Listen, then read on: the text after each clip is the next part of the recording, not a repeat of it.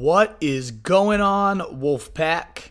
This is your boy, the Wolf of Roto Street, with your Week 3 rankings rundown. As always, on Tuesday, right around 5:30 or so, a little later today, we get live with who I am higher on, lower on, some Hail Marys to throw out there, and of course, all your sit-start questions. If you're tuned into the Fantasy Fullback Dive podcast the day after, where we pave your path to 2019 titles, come join us on Tuesdays again, right around 5:30 and 6. We're going to give you all my thoughts on as many players as I can cram into this hour before Taco Tuesday. Cannot wait. Sal, what's going on? Thanks for jumping right in from the kick. We're going to get live. We're going to go at it, and we're going to start with quarterbacks as we always do.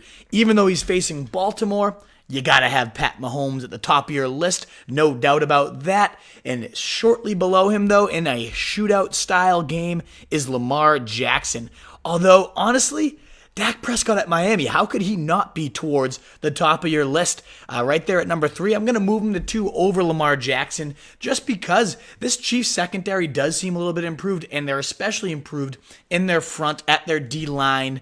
Ultimately, Lamar Jackson's going to have his toughest test. Now, that's still not saying much because the Chiefs defense is pathetic, but that's a little bit trickier than, let's say, Dak at Miami. He looks like a cheat code right now in Kellen Moore's system. Dak does. His wide receivers continue to run wide open at will. Losing Michael Gallup doesn't help by any means, but they're still just rolling. He seems like he's going to be a monster all year. So I love Dak, but of course you can't have anyone other than Pat Mahomes up there at number 1 on your QB list, throwing for 405 TDs pretty much every week. The guy is a god cheat code in the fantasy realm. Gotta love him. Right below them, in my tier 2 at number 4, comes in Deshaun Watson. Then Tom Brady at 5 against the Jets. Now, I'd be higher on Brady because the Jets suck. But ultimately, this could just be just like Miami, where they get up so big, it becomes a run fest. Sony Michel just kind of grinds out the clock there. So I'm not overly high. In fact, I have Matt Ryan at 5, a little bit higher. Carson Wentz at Detroit, mediocre defense. Nothing crazy, nothing scary there. I'm going to bring up the matchup calendar, though, just to kind of start checking this in. We're starting to gather more and more data on our defenses here throughout the season-long rankings. Anyone facing Arizona, for example, anyone facing Miami, always great matchups. We're going to continue down the list. Aaron Rodgers at Denver. Don't love it. I mean, consider how run-heavy, how low volume this attack has been. So ultimately, I don't know if I love Aaron Rodgers quite yet. Russell Wilson at New Orleans should be higher, but then with Teddy Bridgewater leading the charge, is it going to be the shootout that we would have had Drew Brees been playing? Most likely not. So ultimately, I don't know if I love Wilson there. I do love Josh Allen. Now, I'm going to bump him up quite high. I think he's a fantastic streamer. If you lost, let's say, Big Ben, Drew Brees, by all means, Josh Allen is going to be a fantastic option for you this week, and I think many weeks. Goes over 22 points last week against the dreadful Giants, but Cincy is equally dreadful. But what I like about Cincy is they can keep the ball moving, they can keep points on the board, and make sure Josh Allen has to keep slinging that rock. So I like Josh Allen much more than most, and I'm going to bump him up to QB7 above guys like Wentz, Aaron Rodgers, Russell Wilson. Kyler Murray, I love against Carolina. I think that secondary is atrocious, so I'm going to give him a little bump up. Now, Wentz now all the way down to 9. I am nervous about all the injuries there, the weaponry getting a decent hit, and him just being a little bit injury prone himself. You saw a little scare there on Sunday Night Football. Came back in, still looked solid, but ultimately, you got to give him a little bump down when his weapons are going to be weaker than they have. Does Deshaun Watson belong in that top 3 tier? I don't think so. It's just so nerve-wracking each week. He's kind of been a bit more boom or bust than you'd like to see. Yeah, the Jaguars' D is very strong, and I understand it, but you go from 30 points one week to 12 points the next, and it's just tricky to roll. Trade away Robert Woods for Dak and Josh Gordon. What do you think? So, Sal, it's tough to always evaluate trades without knowing a little bit more about the situation. Were you desperate at QB? Because I think Dak's going to be an absolute cheat code. Did you not need the wide receiver depth as much? Because Gordon does make me very nervous season long, and if you haven't checked it out, we just dropped our updated week 2 season long big board. So go on over to rotostreetjournal.com, where we breed and feed fantasy wolves. It's going to be right there at the top. Our week 2 season-long big board. And you'll see Josh Gordon was one of the biggest fallers of the week. That target share is going to be so tricky and difficult to evaluate each and every week now that Antonio Brown is there. I don't think it'll be as low as it was this week just because they were forcing the rock to him so much so to get that practice, that rapport building. Who else better to do it than the JV squad of Miami? But yeah, I'm a little bit nervous about Josh Gordon. Ultimately, I think you probably won that trade because Dak is just such a force. But you got to just kind of let me know a little bit more about your team before I can fully tell you who won and who lost there. Other than that, I mean, Baker Mayfield against the Rams secondary has been great, and Baker's looked like crap, but he also might have to put up more points than he ever has this week all season. So Baker, does he get a little bit of a bump up? Man, this is getting tricky down at this range. I really think Philly Rivers, each and every week, so underappreciated, so undervalued. Houston has no secondary. They're pathetic. Just because Gardner Minshew didn't do anything against them doesn't mean I'm worried by any stretch of the imaginations for Phillip Rivers and his value. I'm going to keep going down the list here. Where do we cut this tier off? I'd say right around Rodgers. I mean, again, such a low-volume pass attack in Matt LaFleur's system and scheme. Denny Jennings, what's going on, my man? Happy Taco Tuesday to you. Nelson Aguilar with flex spot. When we get to receivers, Jacob, I'll make sure to hit that one for you. But yeah, it sounds like Deshaun Jackson going to be out at least 2 weeks. Sounds like Alshon Jeffrey's expected to miss this week. And that high-powered offense, Carson Wentz is going to make it happen. We saw Nelson Aguilar get 100 in a TD. Should have had another 60-yard bomb score. I could totally see him being worth a stream, and maybe even J-Jaws, Whiteside there. I had Goff, says Sal. Yeah, I mean, you don't want to keep starting out Goff. He got lucky with that rushing touchdown. Otherwise, it was going to be another miserable, 13-point week. So yeah, I really think Dak's going to be a cheat code this year. He really, in that offense, seems unstoppable. Kerryon Johnson, workhorse time. Comment, CJ, and you must be referring to news that just broke as I was going live that CJ Anderson was cut, but Paul Perkins then gets signed by them. So maybe it was just a matter of we like Paul Perkins more. I really just don't see Kerryon Johnson getting the workhorse treatment there. I hope he does. I think he's talented enough, but ultimately he is not the workhorse that everybody would hope so. Baker sucks ass. Thanks for the insight there, Dan Heggs. Beautiful stuff. Let's keep going here.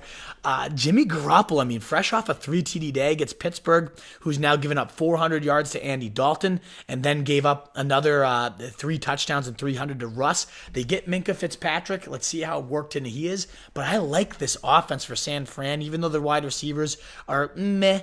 They're just getting it done. You know, Shanahan's really scheming some nice volume for him. I do think this could be the week Jameis Winston actually does something for you. I hate cut him. I'm not putting him on my roster. It's tough to look your team in the face when it's Jameis Winston leading the charge, but that Giants team is just so goddamn pathetic that I think Winston could come into some value this week. I think Daniel Jones starting actually helps the cause because maybe he keeps this a shootout game. So Winston, if he got hate cut by someone like me, which again deserves it, and you're desperate at quarterback, maybe you give Winston a look. Man, Cam Newton, I've shit on him. I told you had to hate cut him, but he gets the pathetic Arizona defense. I think Matt Stafford, a good option this week. I'm going to have him a little bit above Goff. Road Goff is just pathetic. I want nothing to do with it, and I think this Cleveland D is definitely going to come into their own. Yeah, we can't really judge them because of what they did against Simeon and Falk or whoever the fuck was in the other night.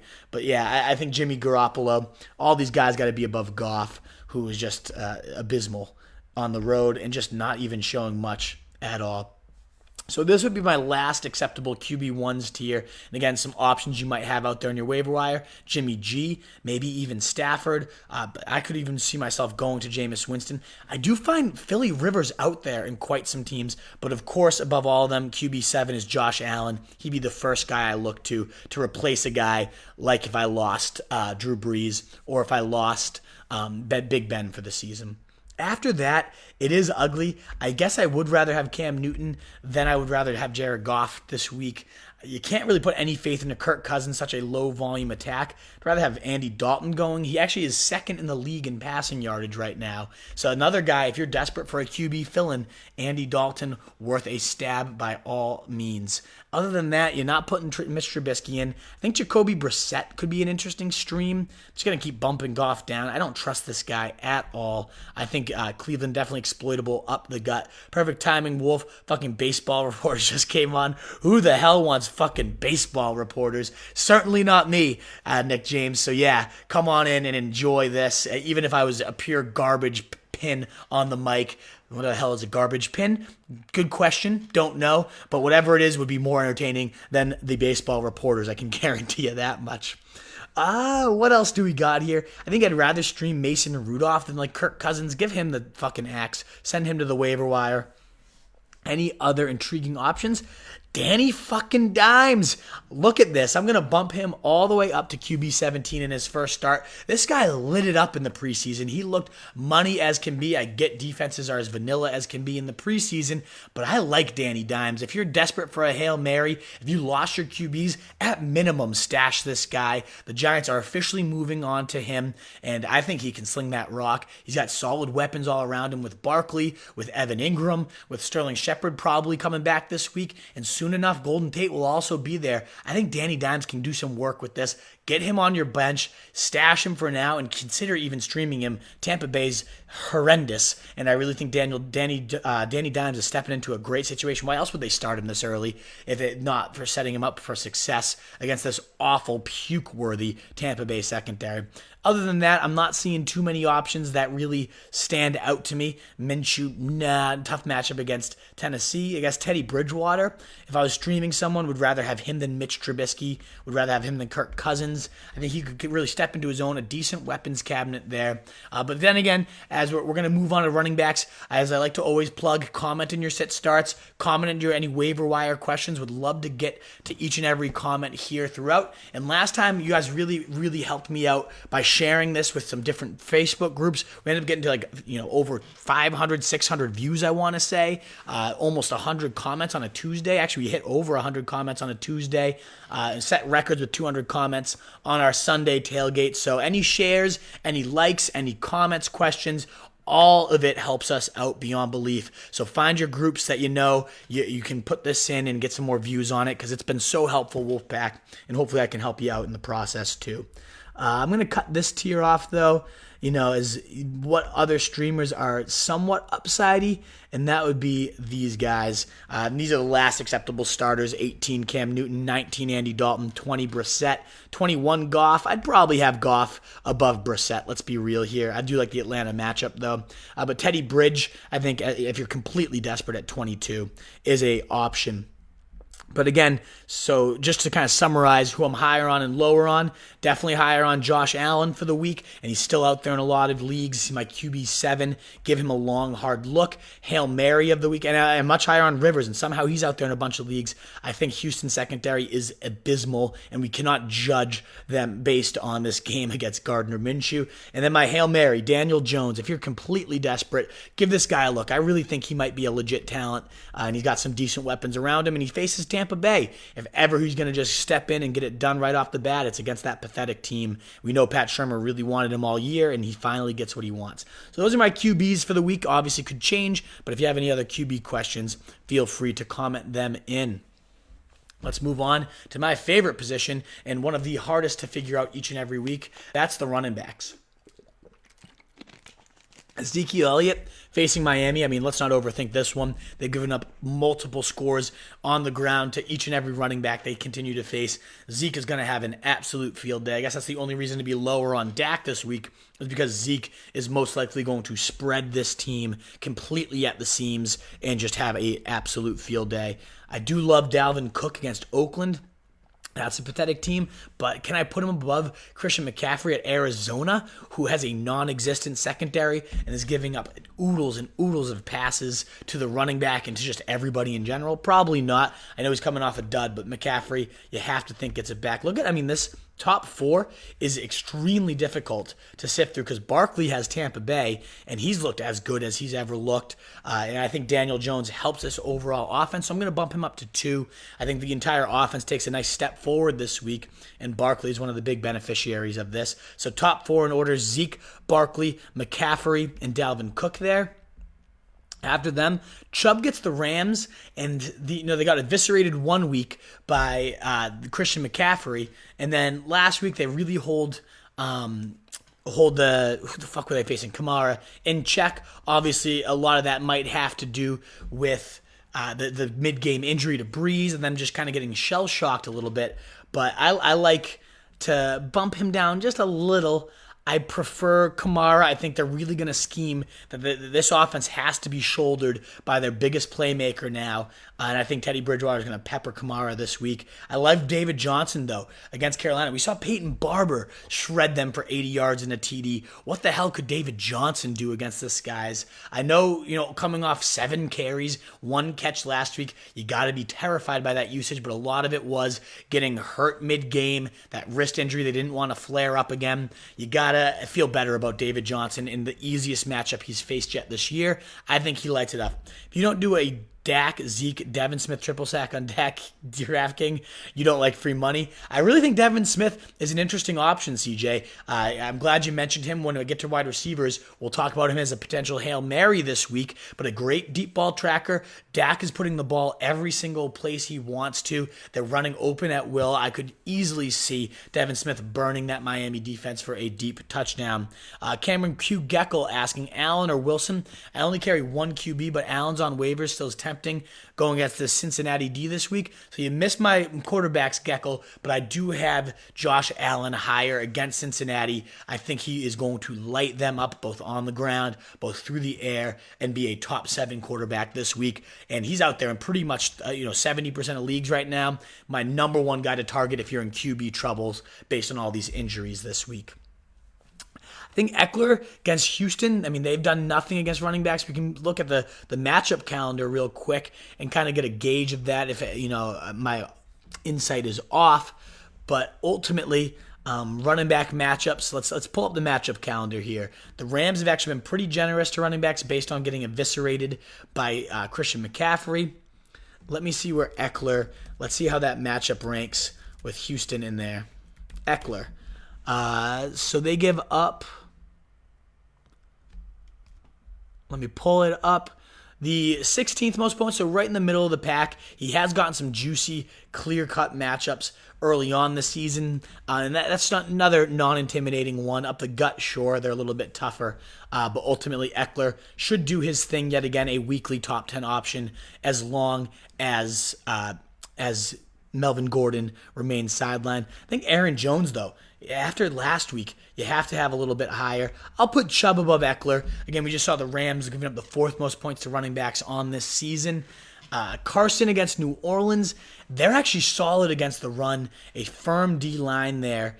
So I don't feel quite as good about him. Derrick Henry, though, against Jacksonville just a few last season. Remember him just absolutely abominating them. Denver gives up the 13th most points for Aaron Jones. Cleveland giving up the 8th most points to running backs. We saw Bell just dominating them. He had tons of work, but they are horrible at tackling. So I really think Todd Gurley needs a little bit more of your love this week. I am nervous about Bell. He played so hard for this team, and I liked what I saw from him, breaking tackle after tackle after tackle. But how long is that motivation going to last on this shitstorm roster? And New England's going to blow these guys out. I could totally see Gase pulling Bell early because they're down by so much. So I'm not a huge fan of Bell this week, despite how great he looks. Nick asking, I'm super deep at wide receiver. Fitz, Ross, Crowder, Kupp, Hopkins. I think Crowder, if you're asking who's going to be cut first, should be the one with Darnold hurt. I only have Jacobs, White, and Dalvin Cook at running back. Oh, you only have Dalvin Cook and Jacobs. Whoa, poor you, Nick. Come on, man. It's a great backfield. Would you drop Crowder or Ross and pick up Jacobs backup for some insurance handcuff, or just run lean at running back until I'm forced to make a move? I think you could totally cut Crowder regardless. I don't know if I absolutely need to get the backup for Jacobs. You really want Doug Martin or Jalen Richard. Not huge on those guys, but like Darwin Thompson, for instance, maybe I stash him with these guys getting a little bit banged up. Obviously, that's awesome. You have Hollywood Brown. So you definitely have the receivers. I think you can cut Crowder because who knows when Darnold will be back. Who knows how he'll be when he gets back.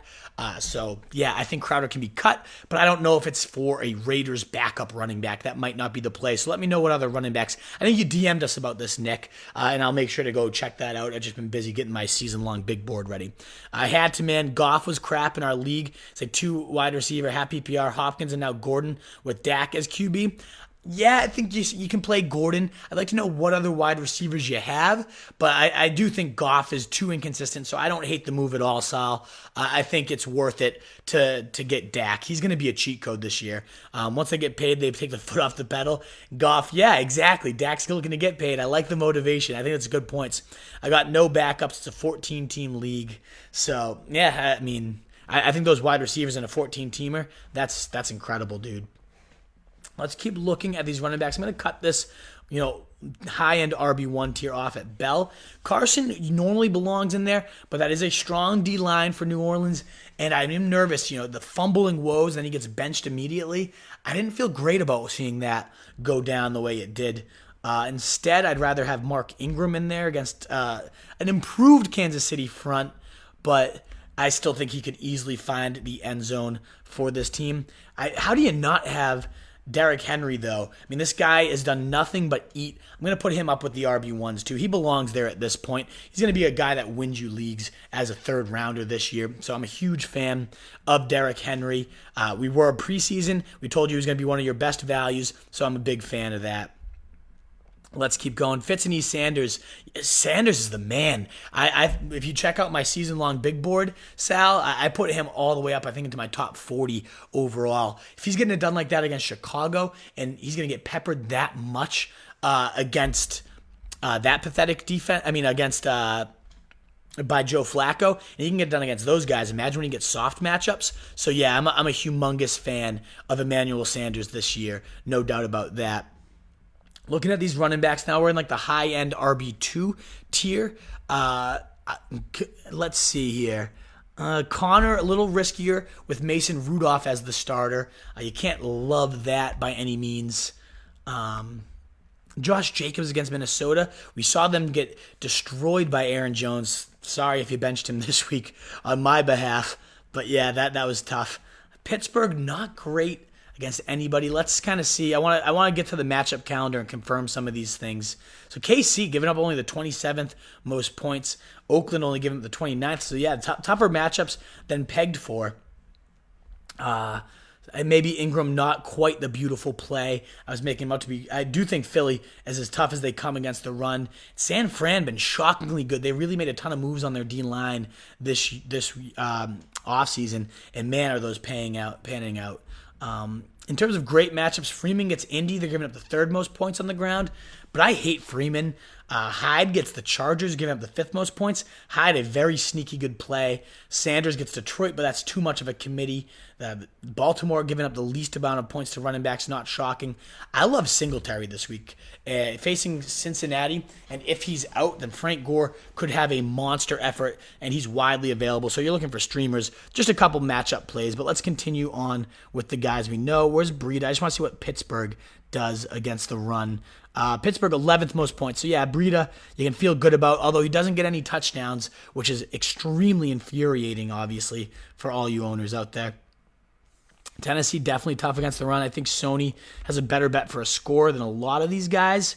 Atlanta gets killed by pass catching back, so I think Mac could have a decent day.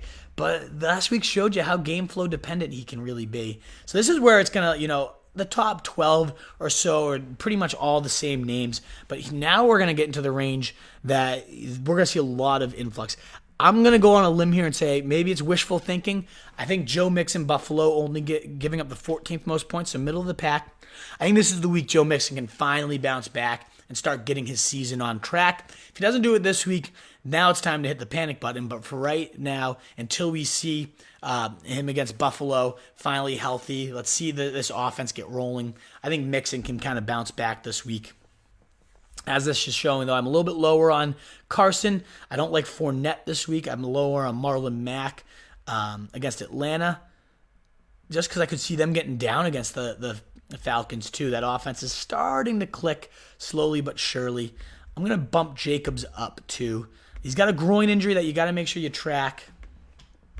And obviously, Connor has that knee injury you got to track. So those guys at less than 100 make me a little nervous. Breida without the scores has to get a little bump down. I think Philip Lindsay. Was Royce Freeman the back to own there, though? 10th most points to running back for Green Bay. We just saw Dalvin Cook run wild on them. Similar zone blocking scheme being employed by Denver. I think Philip Lindsay can have one of his better games of the year, so I'm going to give him a little bump up. I do like David Montgomery, that workload. You got to feel a lot better. They clearly made a concerted effort with 19 touches going his way, only like 3 touches going to the pathetic and awful Mike Davis. So finally, it only took 2 weeks, thank God. I thought it was going to be a little bit longer for Nagy to wake up, but he finally woke up and gave Montgomery that workhorse treatment. Still a risk. Who knows if he's fully committed yet, but if that was any indication, I think he is. I'm going to bump Hyde up, 20 carries this last week. No touchdowns, but 90 yards. Getting that much volume in such a potential high-powered attack is great news for Hyde. Bad news, obviously, for Duke Johnson, more of their pass-catching back. So I really like Hyde out there in, only 40% owned coming into today. So I like Carlos Hyde as a potential option there. Good. I hate the Jets, but I really like Darnold. I feel bad for that kid. I do. I do as well, Nick, because I think Darnold is made of some special stuff. I'd like to see him get the shot, but yeah, it doesn't. Aaron Williams, was Monty playing more on Sunday, better for this week and moving forward? So I just hopefully answered that, but yes, played a ton more, got used a ton more, and wasn't the most efficient, getting only 60-ish yards on almost 20 touches. But still, you got to be encouraged by the way he was used. He was still breaking tackles like his calling card has always been. Moving down this list, I'm going to bump up Singletary. We just saw the 49ers score 4 rushing touchdowns, something of that nature against this pathetic Cincy team. I think Devin Singletary, as long as he plays, is a wonderful option. I'm much higher on him, but I'm also going to bump up Frank Gore versus the pack, 12 spots higher than his ECR, up to running back 29 in my ranks. And he's going to go up even further if Singletary's hamstring injury lingers. The early reports are it's just day-to-day, so I don't expect Singletary to miss the week, and he's looked by far the more explosive guy, so the preferred play here. But yeah, I like him to go in.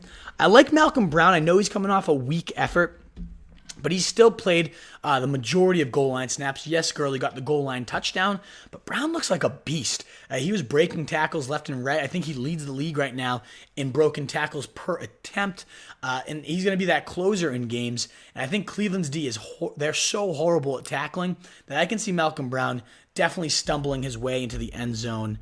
And let's put in a new tier. Add tier. I'm going to cut this one off right at Hyde. So James White. And then these are going to be like your potential guys. Damian Williams at 31 right now. Clearly I'm low on him. Part of it's that matchup. Baltimore giving up the least points to running backs. But also he's banged up. Who knows if he's going to actually play. Someone you have to monitor. Sounds like LaShawn McCoy is going to play, but he was just completely sluggish and pathetic in 14 carries, racking up 23 yards on Sunday in fill-in duty. So I don't feel great about McCoy. You're not really going to use any of these Chiefs running backs this week, in my opinion. In fact, maybe Darwin Thompson's the most intriguing option. Do you like Mostert as a potential, just like Malcolm Brown, a potential touchdown guy, higher on him? Duke Johnson, I think still looks great. He's still as talented as I ever thought he was, but not going to get the goal line carries with Hyde there. And Hyde's getting that early down work. If the Texans go up big, then you're going to see Duke Johnson continue to disappear. So he's not all that usable.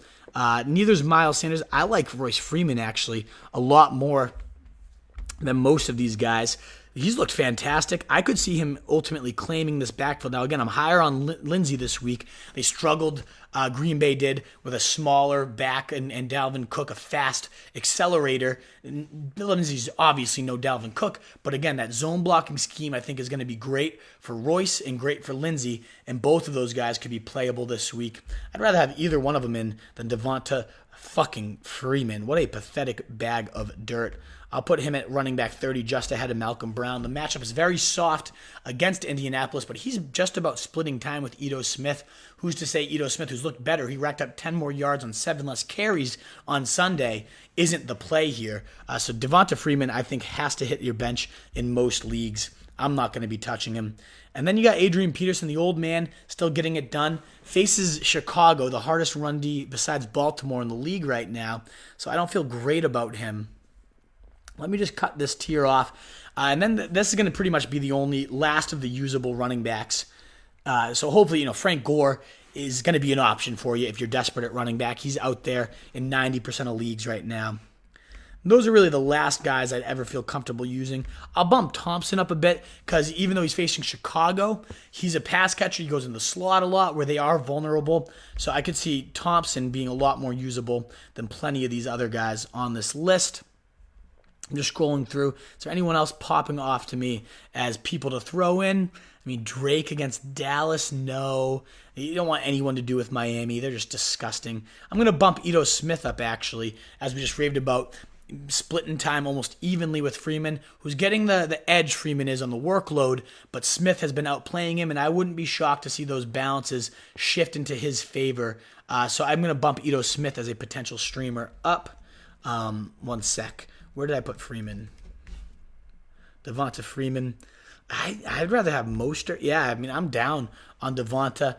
And then there was a streamer I wanted to toss out there. Where the fuck did he go? I just had him in my sights. Ugh. Oh, Peyton Barber, also severely underowned right now, coming off an 80-yard TD day. It's hideous. It's ugly. You're not going to feel great about ever using him, but the Giants are equally hideous, especially on defense. I think he could easily stumble his ass into the end zone again this week, so I'm going to move him into my starter territory. I'm going to actually bump him above. No, this is fine. 36. So those are your last starters. Tariq Cohen, maybe. He's got that pass game role on lock, but that amounted to nothing this week. But I could see that, getting back involved. But yeah, that Peyton Barber kind of cuts off my last usable guys. And there could be some movement around this tier. I wouldn't be shocked. Freeman definitely my centerpiece there. Let's move on to wide receiver. Any other questions before I get there? Sal, what's the IG page name, bro? Roto Street Journal. What else is it going to be? Check it out on IG. We do some funny ass stuff. Lots of interaction going on there. So just Roto Street Journal, Sal, is where you can find us on Instagram. Alrighty, I'm going to pull up the matchup calendar for wide receivers as well now that we've made it through running backs. And then we'll start getting these guys into your radar. Who to start, who to sit, all that good stuff. I think Julio Jones against Indy, that humongous game, came late against me. Speaking of our Instagram page, a funny little meme about that one. Went to bed, he had 6 points. Woke up, he had 25 right up my ass. So that didn't feel too good. But ultimately, that's what Julio does. He's a monster, and I still pull out the win, thank God. But yeah, he's going to get it done against Indy's pathetic corners. I think Hopkins, as good as a play as you'll ever ask for. That's a banged-up secondary. I might even have him above Julio. 2-touchdown day could come for him. Odell is just so deadly after the catch, so I think he deserves top 3 status. We saw that with that 89-yard touchdown run. Keenan Allen, though, might be my top 3 guy. He has 40% of that target share right now with this team as banged up as they are. Really hard to have any receivers too much higher than Keenan Allen. And I have Devontae Adams falling just a little bit. Still hasn't found the end zone on the season, which you have to be a little nervous about. It's just it's more of a run-heavy team than we've ever seen with the Packers. Denver, though, their secondary hasn't been anything overly special. Give them the 18th or so most points. Evans gets a great bounce-back matchup. So does Godwin, who doesn't need to bounce back. Against the Giants, came up the 4th most points. So let's take a quick look at the wide receiver matchup calendar. Cooper against Miami is going to be something to target and exploit. Oakland giving up the 3rd most points to wide receivers. Part of that is a matter of getting bombed by Patrick Mahomes himself. But yeah, they're pretty bad against that. They have no secondary either. Diggs could be in line for a bounce-back week with Oakland giving up the 3rd most points. Lockett against New Orleans. They can get dusted deep coming off a 12-target day. So those are some guys I'm going to target for sure this week. Kenny Golladay, Philly as bad as it gets. And Washington giving up the most points to wide receivers. We could see Allen Robinson emerge as that target hog. So let's kind of slide some of those guys in these positive matchups. We got to get some more comments, folks. We got to get some more shares. Let's get some more people in here. Last week we almost had 100. We're at a pathetic 30 right now. And only 5 likes. The fuck's wrong with you selfish pricks? Come on. Give us something. Give us a little love. I'm a whore. I'm begging for it. But come on now. We can be better than this. So even with Teddy Bridge playing, I think Michael Thomas, I mean, how many points has Seattle given up to wide receivers? It has to be pretty high up there. They've been awful all year. Mikey Thomas, 13th most points. I expected it to be more, to be honest. That secondary is abysmal. I can see him roasting people left and right. Why is Godwin? Where the hell is he?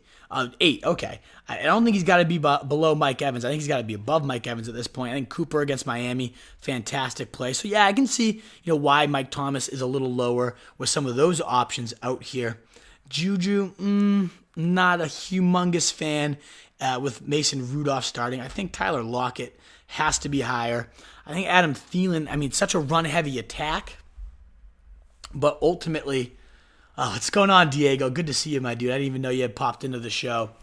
I mean, like we mentioned, Allen Robinson could be a monster. They're giving up the most points to wide receivers. Washington is. Mitch Trubisky really doesn't throw to anybody else at this point because of how much he's regressed as a passer. What's Indy give up to wide receivers? Hold on, let me check that calendar again. Indy, Chargers very middle of the pack. Indy actually giving up the 29th, so, one of the tougher matchups for wide receivers in Julio Jones. Maybe, just maybe, I go Keenan Allen above him.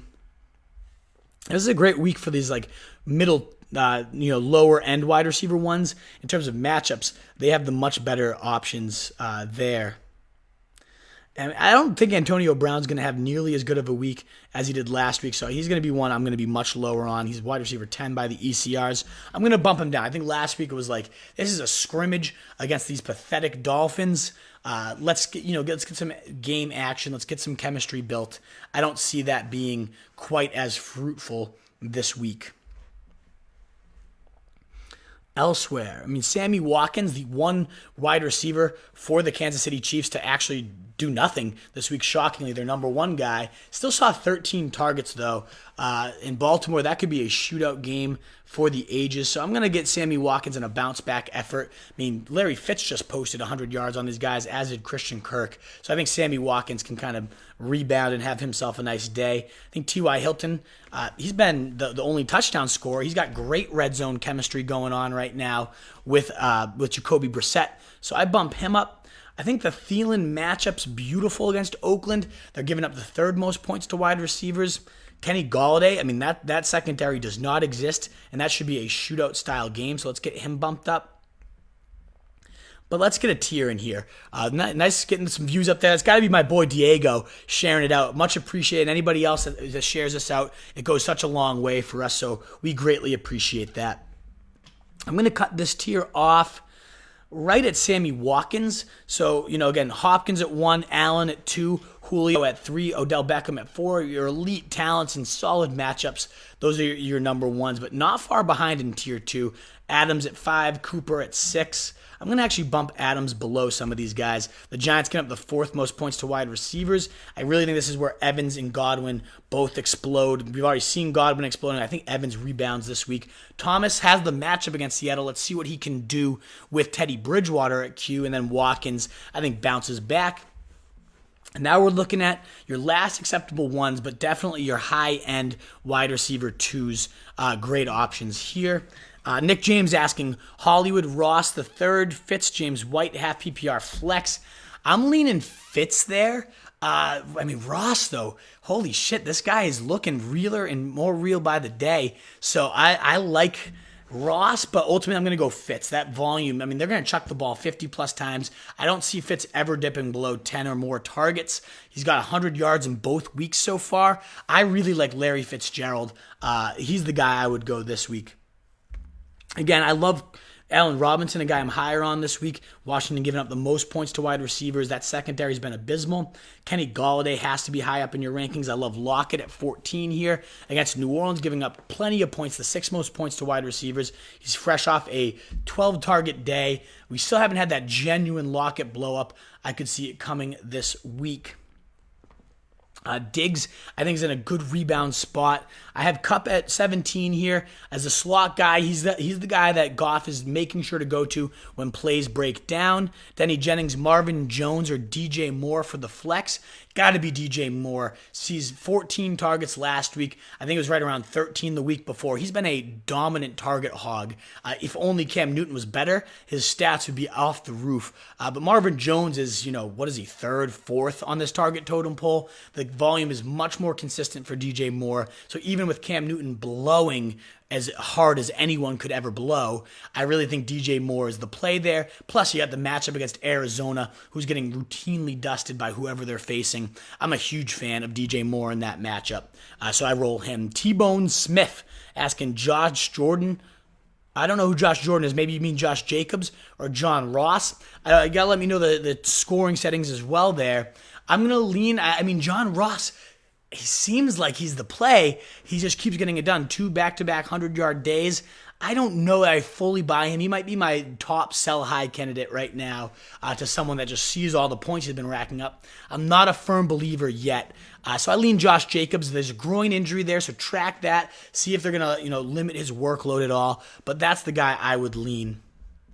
John Brown, though, has to be higher in these wide receiver rankings. He's been by far the number one target there for the Bills. Josh Allen loves him. Their chemistry is very real, and that was raved about all summer. We're seeing it come into fruition. And then you get Cincinnati. We saw Deebo Samuels light this team up. They have no secondary. They have no front seven. I really think Allen's going to destroy these guys. One of my favorite DraftKings plays this week. And I think John Brown blows up, no doubt about it. Robert Woods at Cleveland. It's just a matter of which Rams receiver is going to blow up. I think Cooper Kupp will be the most consistent guy there each and every week. So that kind of cuts off these high-end wide receiver twos. Ridley belongs there based on how he's played this season. But Indy is sneaky good in their secondary right now, at least against wide receivers. So I'd be more nervous to play Ridley than some of these other guys. You're going to start him. I'd rather have Larry Fitz in my lineup, though. Soft matchup against Carolina, and he got it done against Baltimore. If you can do 100 yards against Baltimore, he will easily post 100 against this pathetic Carolina team. Think about what just Godwin did out of them, and he's the slot weapon. Larry Fitz is going to light these guys up. I think he has to be higher on these rankings. Diggs, I love the bounce back spot against Oakland. I think he will easily find the end zone again. But that low volume attack has to have you nervous right now. I really think Thielen, too, has to get bumped below some of these other guys that could just net 15 targets this week in better spots. So as this tier shows, though, higher on Allen Robinson and Tyler Lockett this week, much higher on John Brown and Larry Fitz too, and a little bit lower on, definitely lower on Antonio Brown, 12 spots below. I don't think he's going to get peppered like he did in this week, and plus, who knows if he's even going to play with all these allegations coming out against him. I think he means Josh Gordon. Who knows what he means? We'll find out. Jose Rozzola. Should I play Dak? Yeah. What reason would you have not to play Dak, my dude? He's been, number 3 quarterback in fantasy right now, lighting it up each and every week. That Kellen Moore attack is the real deal, and Dak looks completely locked in. Oh, and he gets Miami this week, who Lamar Jackson threw 5 touchdowns against, who Tom Brady just murdered too. Yeah, you got to have Dak in. He's my number 3 quarterback. No doubt about it. Make sure you have him locked in. Nick James, since you said Fitz, should I start Kyler or over A-Rod to pair with him? Yeah, I have Kyler over A-Rod anyways. I just think, again, the ceiling is capped right now for Rodgers. He's going to have that 5 touchdown week sooner than later, but it's so much more run heavy, a lot more ground control there. I love Kyler. He's chucking it 50-plus times, and he's definitely due. 360 yards against Baltimore. He still hasn't had that multi-touchdown score to balance it out type of day. The yards have been there. The touchdowns have it. I definitely could see that changing against a Carolina team that's weak, very weak in the secondary. He got it done again against Baltimore. I think he can get it done in this matchup. I think Ridley's moving up every week. Diego, if you check my season-long big board, rotostreetjournal.com, where we feed and breed those wolves, yes, Ridley has been dominating. He's going to be a fixture on our stock watch. And I don't mean to just promo endlessly here, but we do have our new app for those of you who haven't downloaded it, Roto Street Journal. Search it in your app store. It's beautiful. Derek Miller did a fantastic job. Our stock Doc Watch is nice and organized. We have our writers churning out gold content for that. Our weekly rankings will be in there. This episode will be in there, and all these rankings after the fact. So check out our apps. Just search Roto Street Journal in your app store. Mike Thomas asking, what about Sterling Shepard? I mean, could you use him? Sure. I really think Danny Dimes is going to take this offense to new heights. I think Tampa Bay is very exploitable. So let's kind of look where I might slide in Sterling Shepard. I mean, he's ranked ECR 41, has to be higher. Now, Emmanuel Sanders, 35. How disrespectful can you be? This guy is the wide receiver 3 in fantasy points right now. He's clearly the number one target. He got it done against the hardest secondary in the league in Chicago. He's going to roast Green Bay, no doubt about it. Yeah, they are much improved on defense this year, but Sanders is the real deal, folks. I would have him even above Robert Woods. That is just significant disrespect for a guy that has been dominating. Somehow, off an Achilles injury, this guy is dominating. I'm believing your buy now, at least fantasy-wise. I'm not sure what that is. For Nick James commenting there. Should I be worried about Mike Evans, asks Jose? I wouldn't be. I think this is actually the ideal time to buy low. I think his coming out party is this week against the Giants, giving up the 4th most points to wide receivers. I think the fact that Godwin's playing so well will only end up helping Mike Evans, because now the attention, 1 week it might shift to Godwin, and then you're going to have Evans blow up. I wouldn't be worried about him. You have to have him in your lineup against this soft Giant secondary for sure this week. Diggs over Ridley, week 3 PPR. As of right now, Anthony, I do have that. I do think Ridley, scorching start, tough to bench, but I think Indy's secondary better than they get credit for, and I think the ground game might work it a little bit more this week. Chris Jason saying, I played him week 1, but didn't trust him versus Baltimore and lost because of it, shaking my head. Yes, you got to have him in there. I think the yards when Kyler Murray are going to meet the touchdowns this week. He's going to have his best week of the season. You're starting to see that pace get picked up a little bit. They're getting more and more comfortable in this air raid offense, so I'm a big fan. Still, 50 comments and 8 likes, guys. Come on. Give us more likes. Give it some more shares. We really want this to be found and discovered by more people, and all that stuff helps. Diego, I know you're doing your part, my man. I really appreciate that. Who should I trade James White for? Also, I have Woods and Cooks, which should I trade? I also have T.Y. Hilton. Aaron, that's a really tough question to answer. It's much easier to answer trade questions where it's like, who should I trade James White for player X or player Y? I don't know who's on the table for him. If you're trying to gauge values like that, you got to go check out our season-long big board, rotostreetjournal.com. It'll be pinned right to the top. I just updated it before this broadcast and posted it. So if you want that look at a season-long big board, which we're also going to be adding to the app, not to keep promoting, but the app is going to be the real deal. It's going to be in our next version of that. But if you need a season-long value gauge, check out that big board. I think that's the perfect place to answer that question, because without like player X and player Y or this trade and that trade, I can't really say trade James White for Matt Breida. I need to know who's you're considering there. Jonathan DeSantos, welcome back, my guy. What do you think about John Ross over Gordon and Brandon Cooks? Let's find out where I slide in John Ross this week. It's going to be tough to keep him this low. But then, I'll answer some of these wide receiver questions. Looks like we got a bunch coming in. Hopefully I can answer them as I sift through these guys. Now this week, I'd rather have DJ Moore than Edelman. Arizona secondary, again, is one of the worst in the league. And DJ Moore has been a consistent 14-plus target guy. Now let's see who's at quarterback. Might even be an upgrade, honestly, to have someone other than Cam Newton throwing the rock the way he's looked like complete and utter garbage. But yeah, let's sift through these guys. I'm not going to have Curtis Samuel above some of these guys. Definitely got to bump down Josh Gordon with that target share, as sketchy as it is. I think Marquise Brown in yet another spot to get deep and blow through another defense, just like he has been routinely. I like John Ross. I really do. Right up there with Tyler Boyd. He's just getting it done. They're finding him on broken plays. He's playing that Brandon Cooks role in this Rams-style attack. So I am a fan of John Ross, no doubt about it. I think Christian Kirk, though, we saw Chris Godwin dominate out of the slot. That's where Larry Fitz is going to be manning, but I could see them moving their number one quarter on Larry Fitz. We saw Evans going to get shut down by Carolina's top coverage, and that would leave Christian Kirk tons of room to be roaming free. So I'd rather have Kirk in there than John Ross, but it's close. Other guys down here, McLaurin I love, but not this week against a tough Chicago secondary. Tyrell Williams, I think, tough coverage with Xavier Rhodes, but he can get it done for sure. He's a target hog, making contested catches in the end zone. I see your question, Diego. I love Tyrell Williams. Not as much this week with the tougher matchup, but he can still get it done. This secondary is beatable. We saw Adams churning on them.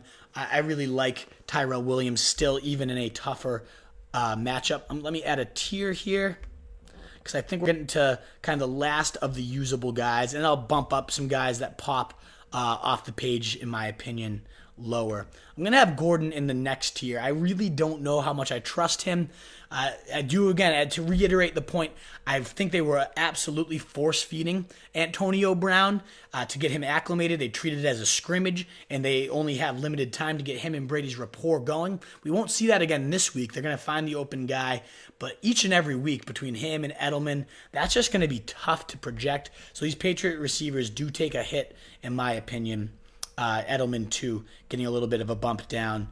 And then after that, I like DK to get deep. I do really like Shepard this week. As long as he's playing, he's out of concussion protocol against that Tampa Bay defense with Danny Dimes, a better QB upgrade. I think Shepard here in season-long outlook would look great for the rest of the season with Danny Dimes. I'm a big believer in him. I think he's going to get the job done, and I cannot wait to watch him start to light it up on the NFL field. I think Aguilar has to be higher. Many points are the Eagles, the Detroit, giving up to opposing wide receivers? I think it's definitely a fair amount. Let's find Deshaun Jackson. So, yeah, giving up the 10th most points. We got Deshaun Jackson sitting. We have Alshon Jeffrey sitting. So I think you can definitely feel great about Nelson Aguilar. I mean, who's going to be that number one wide receiver for this team? He's got every shot. Obviously, Ertz, the main vein of that passing attack with all these guys out. But Aguilar, 100 yards in a touchdown, almost had another 60 yards added to that. I think he actually has to be higher than this in a absolutely fantastic 1 week stream for those of you desperate at wide receiver. Sutton has to be higher. I mean, this guy is getting it done. Week in and week out, making athletic plays. Looks like he has taken that next step. I don't like Jarvis Landry at all. I didn't like him coming into the year. I don't like his usage right now. I thought maybe there's a chance that, with Odell Beckham clearing the field, Landry would get into that back in that high volume, short passing, yak opportunity type role. And it hasn't been there. So I'm not a big fan of Landry. I would not be starting him unless I really had to. Other than that, Deebo Samuel looked fantastic, and that Pittsburgh secondary is abysmal. I'm going to bump him up in my rankings. Alshon expected to miss the game, so I'm going to X him out. I'm not considering Corey Davis ever. Let's just throw him as far down as you can. He is fucking awful. Oh, I hate Corey Davis. Hopefully, I'm sure all you guys have heard that rant before. I'm going to give James Washington a good bump up, just because he has that chemistry. When these receivers come in with new quarterbacks, Mason Rudolph coming in, we've seen those two lighting it up this entire preseason. Touchdown and 70 yards in week 1, 78 yards week 2, a 41-yard touchdown again. They played Oklahoma State ball together. They've been on the second team consistently together. James Washington has an unbelievable rapport with Mason Rudolph, and now Dante Moncrief continues to suck all over the field. So I think Washington is going to get that number 2 role, and I think he's going to thrive. So he's a guy I would be scrambling to get in every single waiver wire, and a guy that, if an owner has him, to try to buy low, have him, be a toss-in piece. I think he's a guy that will really light it up from here on out the rest of the season. Thoughts on Tyrell? I already answered that one. Would you drop Marvin Jones and pick up Golden Tate, half PPR? Yeah, I really think I would. Marvin Jones, when are you going to actually ever try him? Oh, I missed yours, Edward, so don't worry. I'm going to get to that comment too. Do I trust Sammy Watkins is what he's asking. I'll get there. Yes, I do, though. I've been itching to start Kyler. This is the week, Nick James. You have to make sure you get him in. I think that's going to be a potential shootout game. And even if not, Carolina secondary very weak. Sterling Shepard, I talked about. Mike, I do like him with Danny Dimes being there. I scrolled through some of these comments. I went up too high. Where do I believe in Sammy this week? That's where we were. Edward. Yes, I do. I think, if Kyler Murray can throw for 360 against this team, then I think Pat Mahomes absolutely can throw just as much. Baltimore secondary might be a little overrated because they shut down Josh Rosen and fucking Fitzpatrick week 1. I definitely think the Chiefs offense will be business as usual. Watkins still had 13 targets despite the other guys thriving around him. If anything, that gives defensive coordinators more guys in terms of Demarcus Robinson and McCole Hardman to pay attention to, which should ideally open up some more better quality looks for Sammy Watkins. So yeah, I'm a full believer in Sammy Watkins. I have him at wide receiver 10 here. Absolutely could bounce back and have another humongous monster effort as the number 1 guy for the best quarterback in the game. Would I drop Marvin Jones for Golden Tate? Denny, yes, I would. You're never going to use Marvin Jones. Let's be real here. There's very few weeks he's going to actually be usable. Sure, he'll have his couple here and there blow up efforts, but ultimately, Golden Tate could become an every week fixture. Him and Danny Jones looked great in the preseason together. And Golden Tate is one of the hardest runs after the catch guys. Perfect for Pat Shurmur's scheme that is predicated on just quick hits and letting receivers do a lot of the work. I think Golden Tate's going to be a monster in this scheme. And if Danny Dimes is as good as he looked this preseason, this offense should hum. So yeah, only 30% owned. I'm glad you're getting that on our people tuning in's radar. I love Golden Tate for sure once he can come back in a couple weeks. I gave you my thoughts on Tyrell already. TK Bender, QB Mitch T, or Danny Jones. You got to go Danny Jones. I think you got to roll the upside. What have you seen from Mitch Trubisky that could ever give you confidence, TK, in using him? So yeah, I go Danny Jones, no doubt about it. It's riskier, but I think the ceiling is so much higher. Would you start Evans and Godwin? I'm also starting Brown, but my flex options are Woods and Godwin. You got to have Godwin in. If you're playing one or the other, it's Godwin. But yes, I would definitely start Mike Evans and Godwin. I think both of them are going to light it up this week. I would have both those guys in, even over Antonio Brown. I think Brown, yes, a great week this week, but I don't know that he's going to always see the volume. I think that was a by design type game plan to build chemistry against a horrible team. So I have Godwin and Evans higher than any of the other guys you have listed there, John Danley. Jeremiah Moore, Cam got hurt. Should I pick up Jones, Minshew, Keenum, Rudolph, Bridgewater, Falk, or play Trubisky? I go Jones out of all those guys. Keenum has also had some decent efforts, and they're going to keep playing from behind. But they're facing Chicago this week. You can't play Keenum in that type of matchup. So, yeah, I go Jones. What if I package White and Cooks for, let's say, Juju? I don't know if Juju's the guy I would be targeting, though. Let's see how he looks in a full game with Mason Rudolph. I really wouldn't be shocked if he takes a decent step back because, one, Mason Rudolph's no Big Ben, and two, the chemistry just might not be there. Chris was high on Kyler before. That's what I was talking. Oh, yeah, I got you. I've been up fucking way too late, too. Aaron DeVenter, thoughts on Chris Carson and David Johnson coming off poor performances? Great question, Aaron, and thank you for sharing. And that, I want to plug that. Anybody that's willing to share this, that goes such a long way for us. So I really appreciate that.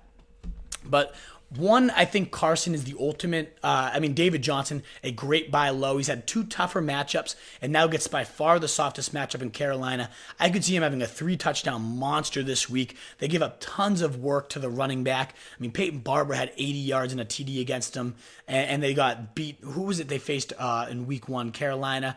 Gurley and Malcolm Brown both were steamrolling through there. So I think David Johnson gets his season on track this week in his best matchup yet. So I think he's bouncing back big. I like Carson, but you saw how quick Pete Carroll's going to be to give these guys the axe if they fumble, and Carson has consistently had fumbling issues. So I'm a little bit more nervous. You'd think he was more locked in than he actually is. I think he's going to bounce back. I think he's going to be fine. But yeah, I'm a little bit more worried than I normally would be with him. Diego, thank you for tuning in. Much appreciated as always.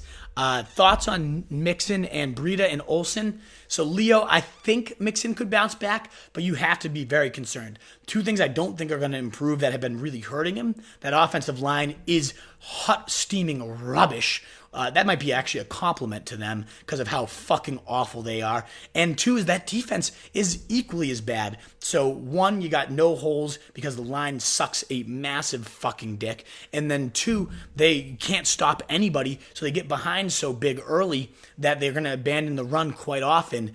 I don't know if either of those things improve, but what I do like is that this passing game has at least been, competent. They're second in the league in passing yards. I think they can start maintaining points, and that's without AJ Green there. So once he comes back, and fingers crossed, I hope that's sooner than later. I think this offense could keep games competitive, which keeps Mixon involved. He's a guy I would sneaky buy low on. Now Breida, I think, is an unbelievable talent. I really like him as a runner. I hate the fact that they want to give Jeff Wilson goal line touches. They want to give Raheem Mostert touches over him. So without Coleman, Breida still can't carve out a goal line role. That tells you this guy might score, 5 at most touchdowns in the season. He's going to be a monster because he is such a great zone runner, but ultimately his ceiling is capped if he's getting no touchdowns. Good to see you, Diego. Thank you so much for tuning in. Drop Dante Pettis. I told you to drop him last week, and yes, absolutely, you can drop him this week, Nick. I'm so done with Pettis. Samuel's the number one guy there, and Goodwin. There's nothing to like about Pettis there. Alrighty. Would you have detention every duty for a month, or let Corey Davis stay at your place for a weekend? Give me detention duty, Hegs. I fucking hate Corey Davis, and I really think if he was staying at my place, I'd probably spit on his face, and then I can get, I'm big enough to admit Corey Davis would beat the living hell out of me. He's an NFL player after all. So for the sake of my own health, I would much rather have detention duty every day for a month. I love the question, by the way. Jeremiah Moore, I have O.J. Howard, Peyton Barber, and Winston. Do you trust any of them? Not really, but if I'm going to play any of them, we're going to get to Titans in a second. I would play O.J. Howard. I think you can use Barber and Winston. Depends on your other options. As you saw, if you were tuned in for the quarterbacks, Jeremiah, I have Winston up at QB 13, so streamable against this horrible Giants defense. I think that could be a sneaky shootout game if Danny Jones is as good as I expect. But yeah, I mean, you got to be a little bit nervous, especially about Howard and that how he's been phased out. Arians has historically never used tight ends. I thought this guy would be talented enough to kind of succumb or overcome that usage. Rob Hausler was his other tight end, but right now it's got to be ugly. You got to be worried about that. 3 White Claws and you'd kick his ass, Wolf. Yeah, I think you're absolutely right. I might need about 100 White Claws, though, to make sure I feel no pain once I get slugged in the fucking dome by Corey Davis. He's as soft as can be, though. Maybe I just try to juke him out and that hamstring flares up because he's a soft little motherfucker. All right, let's wrap up wide receivers. Is there anybody lower on here that I could see being a decent, Hail Mary style? I think you got to be higher on Robinson after that huge blow-up game. I'd rather have him than Landry because at least you got some upside. I think DJ Chark is really getting it done. Tennessee, the tougher matchup, but you got to have him above D.D. Westbrook. He's the guy. I mean, as much as I love McLaurin, I'd love to start him in many weeks. He's the number one guy, and it's not really close. Chicago is a tough matchup. Now, granted, Emmanuel Sanders just destroyed them, and McLaurin's a similar move-all-around type of guy, so maybe he could get it done. But there's a lot of other options. Debo Samuel, only 14% owned. James Washington, only 29% owned, that I would rather see out there. You can't start anybody. Robbie Anderson going to be blanketed by Stephon Gilmore. I would not trust him at all. I don't really want Crowder with Falk playing. So all these guys are going to get bumps down. Not that I really like any of the other guys that are below them. I'll put a tier in here, though, as like the cutoff point for, last acceptable starters. And then I'll sift through the trash heap underneath them. McCole Hardman should be a little bit higher. He was just a penalty away from 140 yards and 2 TDs. So him and Robinson both, I think, sneaky strong plays. In fact, I'm going to get them higher. It's Pat Mahomes. Whoever's playing with Pat Mahomes has humongous blow-up potential each and every week. Marvin Jones, though, against Philly's soft secondary, if there's ever a week that you could use him, it would be this week. With Gallup going down for a few weeks, is there a wide receiver worth rostering other than Cooper? on Dallas. What an awesome question, Adrian. And yes, and you just put one guy on my radar, my Hail Mary of the week.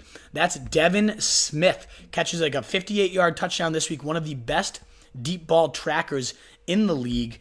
And they're already said Jason Garrett, this guy is going to play more snaps. A former second-round pick that just hasn't had the health or quarterback talent to get it done. I wouldn't be shocked if he was a sneaky blow-up play this week against that awful Miami team that can be completely had deep. So thank you for the reminder. That's my Hail Mary of the week, folks, is Devin Smith. And Adrian Reyes, I appreciate you for letting me know that. Remind me of that one. Normally, I do like to do defenses and kickers, too. I'm going to cut this at tight ends because Denny Jennings, if you're still tuned in, you know what motherfucking day it is. I need some tequila down my fat gullet, and I need about 8 tacos going down my throat. So I'm going to have to hang this shit up because Taco Tuesday starts soon. Let's get the rest of these going. I mean, Kelsey, even in a tough spot against Baltimore, is you're locked in, no-brainer, number one. Mark Andrews, though, who else can you have above him? He's the number one scoring tight end. He continues to get it done each and every week. But yeah, Adrian, so you're welcome, and he's kind of like a streamer, is Devin Smith. If there's plenty of wide receivers, though, you want to check for first, like Deebo Samuels, like James Washington. I'm not going to pick Devin Smith up over those guys. He's more so my Hail Mary play with this offense clicking. So let me know like what other guys you're seeing out there. So I'm upset. I'm up against my husband this week. Let's kick his fucking ass, Brandy. Let's make that household real awkward this week. What do you think about Peterson or A. Jones? Has to be Aaron Jones, Brandy. Coming off a huge week against what we thought was a tough Minnesota run D. Gets an easier matchup against Denver this week. You got to love Aaron Jones. 23 carries. Whenever he's gotten volume, whenever he's gotten over 18 carries, he's averaged the 5th most points in fantasy. And you got to feel good about his volume moving forward. Yes, Jamal Williams still snuck in 12 disgusting touches, but it was the Aaron Jones show, and I expect it to continue being that way. He was ripping 10-yarders like they were nobody's business. He's a great fit for the zone blocking scheme. So, Brandy, I absolutely go Aaron Jones. It's really not much of a question. And Peterson getting that tough matchup against Chicago where they could go down big early. It's a no-brainer for me. It's got to be Aaron Jones. Let's continue on with our tight ends. I'll get to your question, John, Denny, a bunch of other people. Getting your comments in. I'll make sure to get them and keep commenting in. I want to hit 100 questions if we can. I got about 7 minutes left before I got to get out of here for tacos. I like Evan Ingram more than I like Kittle and Ertz. Let's look at the tight end matchups, though.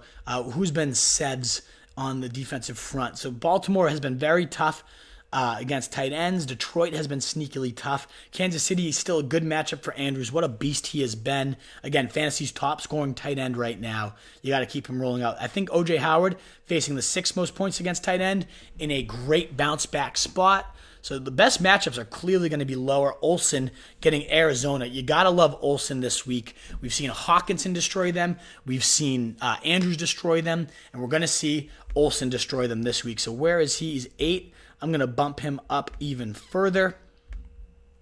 Then the ECR. Some other good matchups. Chicago, not a good matchup. I'm not sure why I'm saying it. Witten against Miami, I think is a great bet at a touchdown this week. He's out there in almost every league. Dallas for Gesicki, I don't know if I could ever trust him. So who's giving up the number 3 points to tight ends here? Did anybody see that? I'm trying to find it. 3? Let's search the number 3. That didn't help. Seattle giving up the 3rd most points. So that's going to be Jared Cook this week. So maybe that's going to be an exploitable matchup, and Cook can finally get his season rolling again. Vance McDonald, how's San Fran against the tight ends? Let's find that out real quick. Coming off 2 touchdowns. Clearly the guy Mason Rudolph loved in the red zone. So I was a big fan of seeing that type of volume. Where's Vance Make 'em Dance? 17th most points, right in the middle of the pack there. So let's get these guys organized. Ertz in the toughest matchup, but with so many guys, injured there, I could see him getting enormous volume. And any of these guys offer humongous upside. I think Olsen, though, against Arizona, great ceiling. Howard could have his breakout game. Let's see how Indy fares against the tight end. 18th, right in the middle of the pack. Darren Waller has been unbelievable this year, getting that Jared Cook style treatment of the yesteryear. where he led the team in targets. Waller gets Minnesota. They're pretty tough against the tight end, but I don't think it matters. He's still going to be a good play, although I would have Vance with that red zone upside a bit higher than him. Let's cut this one off. You got to track Njoku, who's in concussion protocol after getting just absolutely manhandled on Monday night. I just never been a huge fan of him. So Delaney Walker, this is where it starts to get ugly. You got 11 guys here that hopefully you can find one of them, and then it gets a little bit tricky. And again, Jared Cook, much higher than the ECR, 6 spots higher against Seattle. I think that's an area to exploit them, the third most points to tight ends, because he could see Cook getting his way into the end zone a couple times. Besides that, in terms of some sleepers, Disley scored 2 this week. I think he could easily find the end zone again. I'd still definitely rather have Njoku and the Rams that have funnel defense. They lock down the outside and let looks go over the middle. Could be a play. Ebron, always a good bet to score against Atlanta. Not a strong secondary in the least. I like Jason Witten, though. Again, 18% owned right now, so should be out there. I think, again, he finds the end zone. That they've run the same exact play back-to-back weeks, and it continues to be executed. Dak rolls out. They kind of like rub route, and then Witten's just free at the goal line. I think you're getting another score out of that guy this week. Other than that, Eifert, how's Buffalo against tight end? 26, so they're tougher. But I think he's a great red zone guy. I hate fucking Jimmy Graham. So yeah, I'd say, after that, and I'm going to put Delaney Walker, they're not in the same tier as Tyler Eifert and Disley. They're going to belong, him and Hawkinson. I know Hawkinson coming off an absolute dud, but that's where they belong. And then these are like your last possible options here.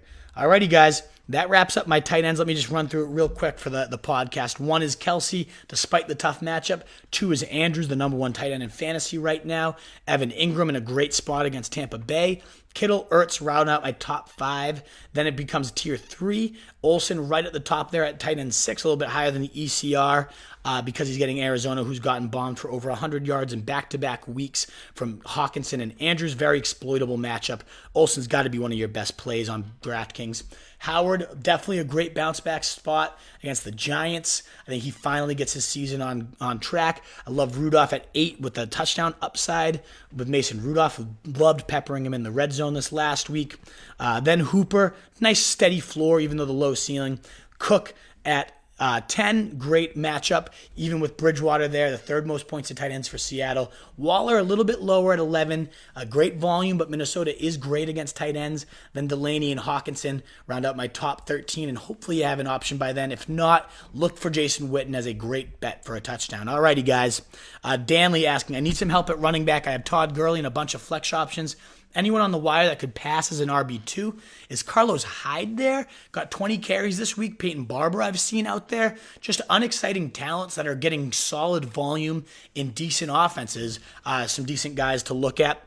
I have Njoku, Witten, Eifert, Disley, and Ebron available. Pick one rest of season, half PPR. Thanks, tacos and beers, my guy Denny Jennings. I love it. If I was going to have one of those guys the rest of the year, I think Njoku comes with the highest upside.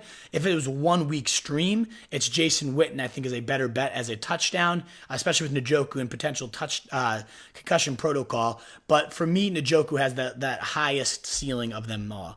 Toon's asking, will Hawkinson bounce back this week? That was definitely concerning, and he's in a tough spot facing Philadelphia, the strong linebacking core. They've always covered the tight end quite well. Let's give you the specific points against tight ends. 12th most this year, so they maybe have become, last year was like you don't play tight ends against Philly. Apparently they've been a little bit weaker this year. So yeah, maybe he could bounce back this week. I wouldn't want to rely on him if I had another option. But yeah, I mean, my 13th tight end, definitely a potential option. Yeah, Brandy, you got to go Aaron Jones there.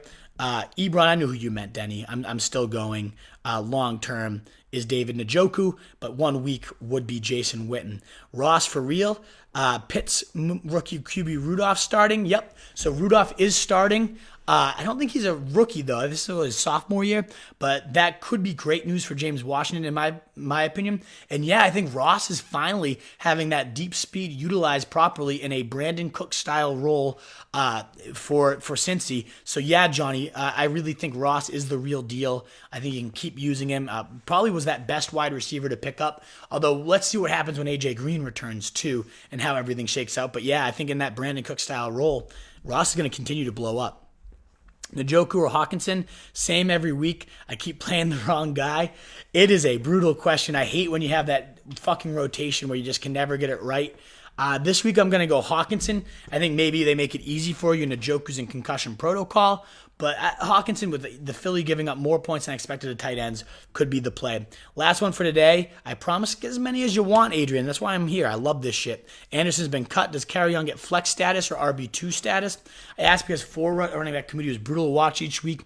I agree, and I think they go right out and sign Paul Perkins. So ultimately, yes, it helps him out. I think it opens up some goal line volume, but Perkins might end up being the guy there. It was kind of like they swapped out Anderson for Perkins. They must just like the talent more. So ultimately, Carry-On, I think a lot of people are going to be like, oh, he's freed, finally going to be the featured back. I don't know that I see it this way. It seems to me they're very intent on maintaining that committee. Did you pull off the win last week? I did, Tunes. Thank you for asking. I appreciate you caring about my team. I did pull off the win. That Beckham to that Baker Beckham connection for that 89-yard touchdown definitely made the butthole pucker a little bit. But yes, I ended up pulling it out. Thanks for asking. Last question from Moore, and then I'm off for tacos. Thoughts on AB? I mean, yeah, I love the talent and the fit there. Obviously, you're playing with the GOAT, so the best quarterback he's ever had in his career. Just the volume. What's it going to be each week when you got Gordon to feed, you got Edelman to feed, you got a run game that's thriving? I think I'm nervous that he's not going to get peppered like he did. I think it was very much a very game-specific plan to get him acclimated against another team. They knew the Miami Dolphins were as pathetic as they come, so let's use this as an opportunity to build chemistry, build rapport when they've had no chances to do that. That was very much by design this week, Jeremiah, in my opinion, and I don't think we're going to see that this week or really any other week moving forward. So will he have some huge weeks? Of course, because this offense is going to be just such a juggernaut, but I do think some weeks it's going to be the Gordon show. Some weeks Edelman will just maintain that role, and then I get nervous, when he starts to decrease in target share, is he going to start putting up a stink because the Patriots are not going to put up with that. Plus, season-long outlook, it's like, what's going to happen with these allegations, a second one emerging? So if you look at my season-long big board, I'm pretty low on Antonio Brown season-long just because of all the off-field risk surrounding him. I have him much lower than a lot of people might. So yeah, I have a little bit lower season-long outlook. Each week comes with as much upside as anybody, but I don't know if I fully believe in that. Did we hit 100 questions? We did not, sadly, this week. We got to 200 on the show, though. Enjoy your tacos. I love Taco Tuesday. Absolutely. Thank you, guys. I will absolutely. I'm going to eat like 10 tacos for you guys tonight and put them down the hatch. We'll love them. But thank you guys so much for tuning in. You guys are the best. Make sure you come back on Sunday. Our Sit Start show. We'll get another one on Thursday for you. I had parent-teacher night this last week, but we'll be back on Thursday. It'll be the next live broadcast for a Thursday night special tailgate. So we'll get some more Sit Start questions in for you. We'll get more, news and whatnot covered. And until then, Wolfpack, love you guys. I'm out.